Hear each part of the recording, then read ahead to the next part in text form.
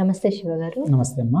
వినాయక చవితి వ్రతం అనేది అసలు ఎందుకు చేసుకుంటారు? వినాయక చవితి రోజు పర్టికులర్‌గా దేనికైనా అర్థమా? ఆ రోజే ఎందుకు చేస్తారు? అండ్ ఇంకొకటి ఏంటంటే వినాయక చవితి రోజు చంద్రుడిని చూస్తే నీలాపనిందలొస్తాయి అని అంటారు కదా! అది నిజమేనా? అంటే ఎందుకొస్తాయి? అనే దాని గురించి మాకేమైనా ఎక్స్‌ప్లెయిన్ చేస్తారా? అంటే వెనకట గజాసురుడు అనే రాక్షసుడు ఉంటాడమ్మా. శివుడికి చాలా పెద్ద భక్తుడు. తన యొక్క తపశ్శక్తితోటి శివుని మెప్పిస్తాడు. శివుడు ప్రత్యక్షం కాగానే అసలు ఏంటి గజాసురుడు అని యొక్క కోరిక ఏంటి అంటే, శివ మీరంటే నాకు చాలా ఇష్టము, చాలా ప్రీతికరము, మీరు ఎప్పుడు కూడా నా హృదయంలోనే ఉండాలి అనే విధంగా కోరిక కోరడం వల్ల ఈయన బోలాశంకరుడు కదమ్మా, ప్రతి ఒక్క విషయాన్ని సదాస్తూ ఉంటాడు. సరే అయ్యా నేను నీ యొక్క హృదయంలోనే ఉంటానని చెప్పేసి తన హృదయంలోకి వెళ్ళిపోతాడు. ఇప్పుడు ప్రకృతికి లయకారకుడైనటువంటి శివుడు కైలాసంలో లేకపోవడం వల్ల చాలా రకాలైనటువంటి ఆటుపాట్లు ఎదురవుతూ ఉంటాయి. ఇక దేవతామూర్తులు అందరూ కూడా విష్ణుమూర్తి దగ్గరికి వెళ్ళి, స్వామి ఏంటి స్వామి, లయకారకుడైనటువంటి శివుడే గజాసురుడి దగ్గర ఉండిపోతే ఎలా ఇప్పుడు సృష్టి ఎలా అని విష్ణుమూర్తిని ప్రార్థిస్తారమ్మా. అప్పుడు విష్ణుమూర్తి ఏం చేస్తాము, ఏం చేయాలని చెప్పేసి ఒక పన్నాగం పండుతాడమ్మా. ఇప్పుడు శివుడికి నందీశ్వరుడు అంటే చాలా ప్రీతికరము, నందితో నృత్యము చేయించడం అంటే చాలా ఇష్టము అని చెప్పేసి ఆ విష్ణుమూర్తి నందిని ఆడిపించేవారు ఉంటారు కదమ్మా, ఎడ్లు ఆడిస్తారు కదా, ఆ రూపంలో మారిపోతాడు. ఇప్పుడు శివుడి యొక్క వాహనం నంది కదా, అదే నందిని తీసుకొచ్చి గజాసురుడు ఉన్నటువంటి కోట ముందు నందితోటి తీవ్రంగా నాట్యం చేపిస్తూ ఉంటారు అనమాట. ఆ నాట్యానికి మెచ్చినటువంటి పరమశివుడు ఇక తన యొక్క ఆపుకోలేకపోతాడు. నృత్యం అంటే చాలా ఇష్టం కదా, ఆపుకోలేక సడన్ గా బయటకు వచ్చేస్తాడు. సడన్ గా బయటకు రావడం ఏంటంటే తన యొక్క హృదయం చీలిపోతుంది, చీలిపోయి బయటకు వస్తుంది.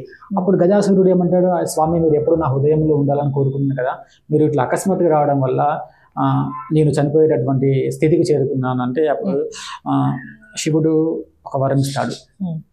శివుడికి ఇదంతా ముందే తెలుసమ్మా, ఏంటంటే తనకు కుమారుడు ఉంటాడు, కుమారుడిని చంపాలి. శివుడికి యాక్చువల్గా ఒక శాపం ఉంటుంది, నీ కుమారుడు నువ్వే చంపుతావు అన్నటువంటి శాపం ఉంటుంది. ఆ సూర్యుడు యొక్క తల్లి పెడుతుంది శివునికి. అయితే ఇప్పుడు తనకు మాటిస్తాడమ్మా, నేను ఎప్పుడు కూడా నేను పూజించుకునే విధంగానే చేస్తానని చెప్పేసి మాటిస్తాడు. ఇక వీళ్ళంతా ఏమవుతుంది, బ్రహ్మ విష్ణు ఇత్యాది దేవతలు అందరూ కూడా శివుడు తిరిగి వచ్చాడు అనే ఆనందంతో కైలాసానికి తిరిగి వెళ్ళడానికి ప్రయాణం అవుతా ఉంటారు.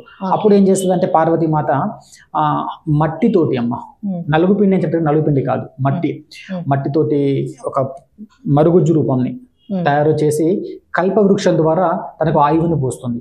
ఆ కల్పవృక్షాన్ని పార్వతీమాతకి ఈ శివుడే బహుకరిస్తాడు. ఆ కల్పవృక్షం ద్వారా ఆ ప్రాణం పోస్తుంది అనమాట. ఈమె లోపల ధ్యానంలో కూర్చుంటుంది పార్వతీమాత. కొన్ని కథలలో స్నానం చేస్తుంది, కాపలా పెట్టారంటే అదంతా తప్పు. ధ్యానంలోనే కూర్చుంటుంది పార్వతీమాత. ధ్యానము ఎలాంటి కూడా వాటిల్లకూడదు, ధ్యానానికి డిస్టర్బెన్స్ ఉండకూడదు అని చెప్పేసి ధ్యానంలో కూర్చుంటే తిను ద్వారపాలకులు లెక్క కాపలా కాస్తూ ఉంటాడు అనమాట.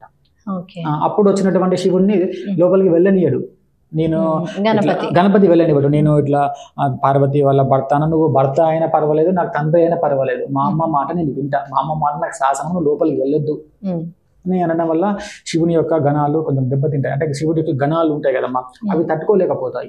తట్టుకోలేకపోవడం వల్ల శివుడు తీవ్ర రూపం దాల్చేసి తన యొక్క తలను ఖండించినప్పుడు పార్వతీమాత వస్తుంది. పార్వతీమాత వచ్చి ఏంటి స్వామి, ఇతను మన కుమారుడు, ఇతను నేను ఎందుకు చంపేశామని చెప్పేసి ఉగ్రరూపం కాళికా మాత అవతారం ఎత్తబోతుందమ్మా. అయితే శివుడు ఎంబట శాంతింపచేసి, అమ్మ నేను ఆ బాలుడికి పరిపరి విధాలుగా నచ్చ చెప్పడానికి ట్రై చేశాను, ఆయన కూడా ఆ బాలుడు వినలేదు, ఆయన కూడా మన కుమారుడిని నేను బతికిస్తాను అని చెప్పేసి, ఇప్పుడు మనకు ఆల్రెడీ చనిపోయి ఉన్నాడుగా గజాసురుడు, ఆ విష్ణుమూర్తి బ్రహ్మలను అక్కడికి పంపించి తన యొక్క శిరస్సుని ఖండించి తీసుకొచ్చి ఇక్కడ వినాయకుడికి ప్రాణం పోస్తాడమ్మా. ఆనాటి నుంచి ఇప్పటి వరకు గణపతి మనకు ఏనుగు రూపంలోనే దర్శనమిస్తాడమ్మా.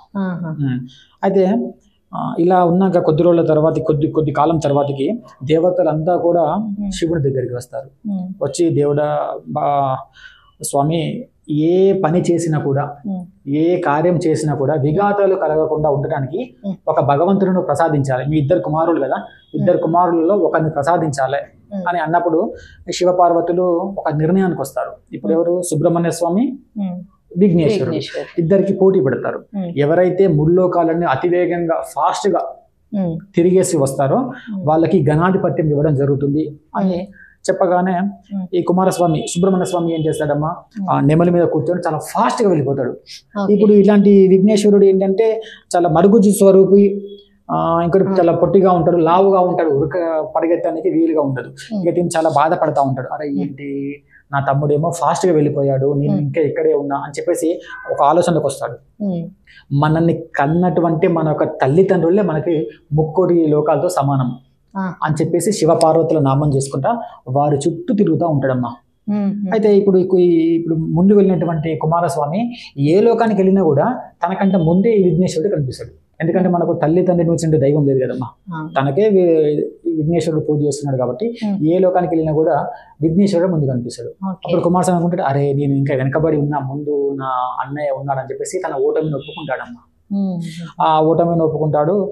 ఇక రాగానే ఇప్పుడు విఘ్నేశ్వరుడు కదమ్మా విజయం సాధించింది, వినాయకుడు గణపతి ఆయనకి గణాలు ప్రసాదిస్తాడు. గణాలు అంటే ఏం కదమ్మా చెప్పండి కదా, విద్య బుద్ధి జ్ఞానం ఇవన్నీ కూడా లక్ష్మీదేవి సరస్వతిదేవి సిద్ధి బుద్ధులను ప్రసాదిస్తారు. ఇక గణాలకు ఆధిపత్యం తీసుకుంటాడు. ఈ గణాలకు ఆధిపత్యం తీసుకున్నటువంటి శుభ సందర్భంగా దేవతలు అందరూ కూడా వాళ్ళ ఇంటికి గణపతిని పిలుస్తారు, ఆహ్వానిస్తారు. పిలిచి పిండి వంటలు చేస్తారు, కుడుములు, మోదకాలు, పాయసాలు, అపూపములు ఇవన్నీ కూడా తయారు చేసి పెడతారు. వినాయకుడు అవన్నీ కూడా చాలా ఇష్టంగా కాకుండా అతిగా తింటాడు. అతిగా తను తిన్నంత తిని తన వాహనమైనటువంటి ఎలుకకు దానికి పెట్టేసి ఇద్దరు కూడా సాయంత్రం కాగానే మళ్ళీ కైలాసానికి బయలుదేరారు. కైలాసానికి బయలుదేరాక మన సంప్రదాయం ఏంటమ్మా, ఎప్పుడు కూడా తల్లిదండ్రులకి పాదాల నమస్కారం చేయాలి అనే ఉద్దేశంతో ఈ విఘ్నేశ్వరుడు ఏం చేస్తాడు, శివపార్వతులకు పాదాలకు నమస్కారం చేస్తుందామని ఇలా వంగుతాడు. వంగుతున్నప్పుడు ఏంటంటే కడుపు నిండా బొజ్జ నిండా ఉండరాళ్ళు. ఇక వంగడానికి వీలు రాదు. ఎంత గట్టిగా ట్రై చేసినా కూడా వంగడానికి అవస్థలు పడతా ఉంటాడు అన్నమాట. ఆ అవస్థలు చూసినటువంటి చంద్రుడు వెక్కిరింపుగా పక్కపక్క నవ్వుతాడు అనమాట. ఆ నవ్వు ఎలా ఉంటుందంటే నీచంగా ఉంటుంది. అలా నీచంగా ఉండడం వల్ల ఆ నీచమైన నవ్వు విఘ్నేశ్వరుడు తాకి ఆయన యొక్క పొట్ట పగిలిపోయి అందులో ఉన్నటువంటి ఉండ్రాలన్నీ కూడా కింద పడిపోతాయమ్మా. అప్పుడు ఏమవుతుంది, విఘ్నేశ్వరుడు ఆ నొప్పితోటి బాధతోటి విలవిలాడుతూ ఉంటాడు. అప్పుడు పార్వతీదేవి చూస్తుంది తన కొడుకు అలా దీనస్థితిలో పడిపోయినటువంటి పరిస్థితిని చూసి ఆగ్రహానికి లోనయ్యి చంద్రుడికి శాపం పెడుతుంది. నువ్వు ఇట్లా నీచంగా నవ్వడం వల్లనే నా కుమారుడు పొట్ట పగిలి ఇంత బాధకు కారకుడు అయినాడు కదా. ఇప్పుడు ఇదే రోజు, ఏ రోజు భాద్రపద శుక్ల చవితి రోజు నేను ఎవరైతే చూస్తారో వాళ్ళందరూ కూడా నీలాపనిందరు మోస్తారని చెప్పేసి శాపం పెడతారు. వినాయక చవితి ఎందుకు చేస్తామంటే కొన్ని పురాణాలు, మొత్తం 18 పురాణాలు ఉంటాయమ్మా. ఒక పురాణాల ప్రకారం ఏం చెప్పబడింది అంటే భాద్రపద శుక్లపక్షము అనేది వినాయక చవితి అనేది పుట్టినరోజు కాదు అని చెప్పింది. శివ పురాణం ఏం చెప్పింది అంటే అమ్మ, కేవలము భాద్రపద శుక్ల చవితి అనేది విఘ్నేశ్వరుడు గణాలకు ఆధిపత్యం పొందినటువంటి రోజు అని చెప్పేసి చెప్పింది. థ్యాంక్ యూ అండి, చాలా క్లియర్గా ఎక్స్ప్లెయిన్ చేశారు. థ్యాంక్ యూ అమ్మా.